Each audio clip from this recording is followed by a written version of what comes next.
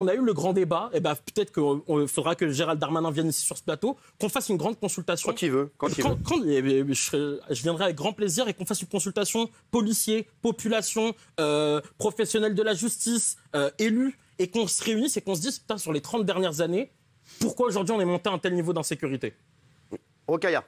Alors, moi, je pense qu'il ne faut pas qu'on vive dans la peur. Il ne faut pas qu'on cède à la peur et qu'on appréhende les rues comme étant des obstacles sur notre chemin, sur notre manière de déambuler. Donc, c'est pour ça que je dis non, il ne faut pas avoir peur.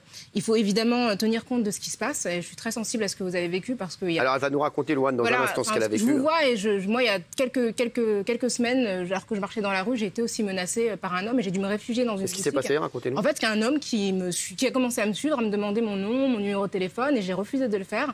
Et en fait, il m'a menacé de m'agresser. Et j'ai dû me réfugier dans une boutique. Il m'a attendu dehors, en fait, en me disant, de toutes les façons, moi, je n'ai pas d'endroit où dormir, donc si je suis en garde à vue, il n'y a aucun problème. Et effectivement, j'ai eu peur. Je veux dire, j'ai eu peur, et c'est vrai que c'était au milieu de la journée, il était 13h, donc je n'étais pas à l'aise. Toutefois, moi, je ne veux pas céder à ça. Je ne veux pas que la rue ne m'appartienne plus parce qu'un homme a décidé que je devais lui donner mon numéro de téléphone. Mais ça vous était déjà arrivé avant? Pas à ce niveau-là. Voilà. Et je pense qu'il y a énormément de tensions en ce moment. C'est ça. Ce que je crois, c'est qu'il y a beaucoup de tensions, mais ce que je déplore, c'est que les personnalités politiques utilisent cette tension, utilisent cette peur pour, d'une certaine manière, asséner des mots. Les termes comme ensauvagement, qui ne font que de jeter de l'huile sur le feu sans apporter des solutions concrètes, je trouve que c'est un problème.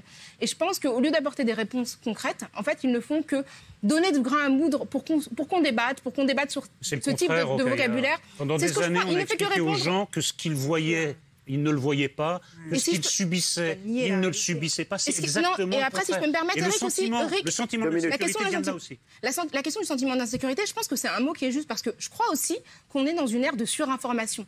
Il y a des images auxquelles on assiste qu'on n'aurait jamais vues auparavant. Ce que disait Bruno Pomar tout à l'heure, il disait qu'il y avait des choses qui se passaient, mais les réseaux sociaux ont mis en exergue des choses qu'on ne voyait pas avant. Je pense qu'il est policier, qu'il est plus à même de nous dire que des choses atroces se passaient auparavant, mais on n'avait pas la technologie qui permettait à tout le monde de documenter. Donc tout le monde a peur, mais parce qu'aussi on voit des choses qu'on ne pouvait pas voir auparavant. Bruno.